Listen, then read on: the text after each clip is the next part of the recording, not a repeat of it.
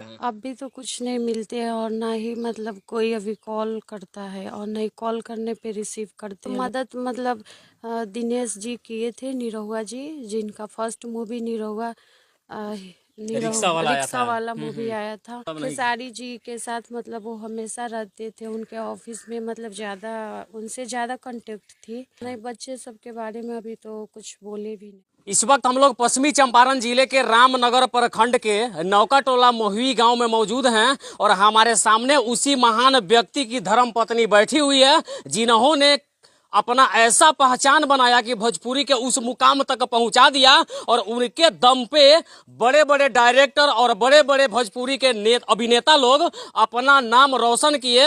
यह श्याम देहाती भैया का घर है, वहीं पे हम लोग मौजूद हैं और उनकी धर्म पत्नी हमारे सामने बैठी हुई है और अभी वर्तमान में परिवार की क्या स्थिति चल रही है उस संबंध में मैं इनसे बात करके आपको क्या सच्चाई है उसको दिखाने का प्रयास करूंगा। सबसे पहले तो स्वागत है मेरे चैनल में भाभी आपका। Thank you.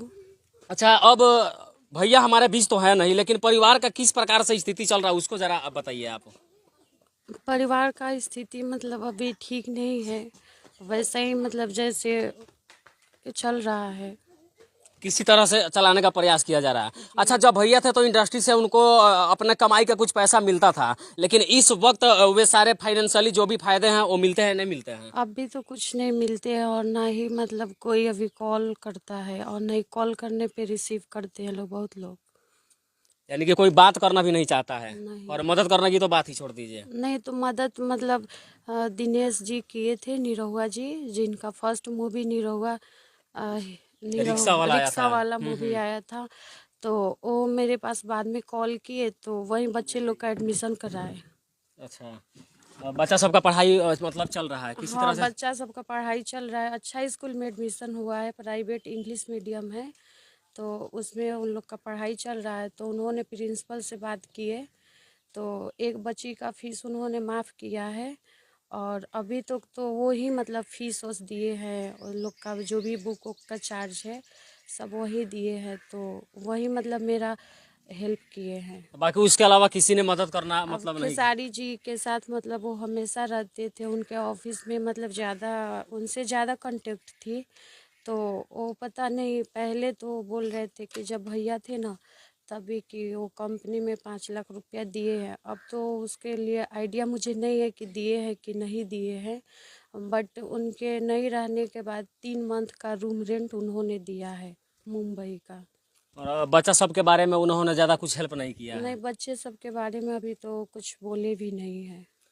और देखिए खेसारी लाल जी, मैं आपकी अवहेलना नहीं कर रहा हूं, ना ही मैं आपको तौहीन कर रहा हूं, और इस परिवार से क्या सच्चाई है उसको आपको मैं दिखा रहा हूं। और श्याम देहाती भैया एक ऐसा गीतकार थे जिनके दम पे खेसारी लाल को भी बिहार के लोगों ने चमका दिया और भोजपुरी में उनकी एक पहचान बना दिया। लेकिन इस तरीके से जरा दिखाइए, श्याम भैया की ये बड़ी बेटी है, उनकी वो पुत्री है और उनका एक बच्चा भी है जो उनके गोद में बैठा हुआ है। और इन बच्चों के भविष्य के बारे में भी तो कम से कम आपको एक बार सोचना चाहिए था। जब श्याम देहाती जी थे उस वक्त आपका इस परिवार के साथ बहुत अच्छा लगाव था, ये सबको पता है, और आपने जो भी मुकाम हासिल किया है वो इन्हीं के नाम पे और इन्हीं के काम पे किया है। लेकिन अब इस तरह से परिवार के साथ जो व्यवहार आपका रहा ये कतई सराहनीय नहीं। और जो लोग भी वीडियो को देख रहे हैं कम से कम इस बारे में कमेंट जरूर करिए कि आज इस मैडम के साथ और इन मासूम बच्चों के साथ उन व्यक्तियों को खड़ा होने की जरूरत है या नहीं है, इनके भविष्य को बचाने की जरूरत है या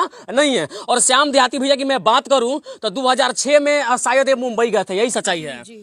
और 2007 में निरहुआ रिक्शा वाला भोजपुरी का एक मूवी आया और जिसमें तमाम बहुत सारे जो लगभग 10 गाने हैं वो श्याम देहाती भैया के द्वारा ही लिखी गई है, जो गाने अश्लील मुक्त है और सभी के सभी गाने हिट रहे, जिसमें बहुत सारे गाने हैं, जिसमें धैले बा मोजर वाला गाना सुना, चाहे मिसिर जी का जो गाना सुने होंगे, ओढ़नी के रंग पियर वाला जो गाना सुने होंगे, तमाम ये सारे के सारे गाने हिट है। और दिनेश लाल यादव जो क्यों भी भैया ने हिट करवा दिया और खेसारी लाल यादव के लिए तो बहुत सारा सहयोग अपने जीवन काल में इन्होंने किया। लेकिन दुर्भाग्य है कोरोना काल का कि कोरोना काल ने इतने बड़े महान गीतकार को हमारे बीच से छीन लिया। ये हमारा दुर्भाग्य है और मैं नहीं, पूरे बिहार के पूरे भोजपुरी इंडस्ट्री के लिए यह दुखी खबर थी। लेकिन इस प्रकार से परिवार के साथ दुर्व्यवहार बिल्कुल गलत है। अच्छा भैया, एक फैक्ट्री भी लगाए थे कुरकुरे उरकुरे का, उस कंपनी के बारे में बताइए आप। वो कंपनी बंद है, जब से वो नहीं है तब से कंपनी अभी बंद है, कंपनी नहीं चलता है? नहीं चलता है। अच्छा, कंपनी के साथ ऐसा क्या हुआ कि कंपनी बंद हो गया?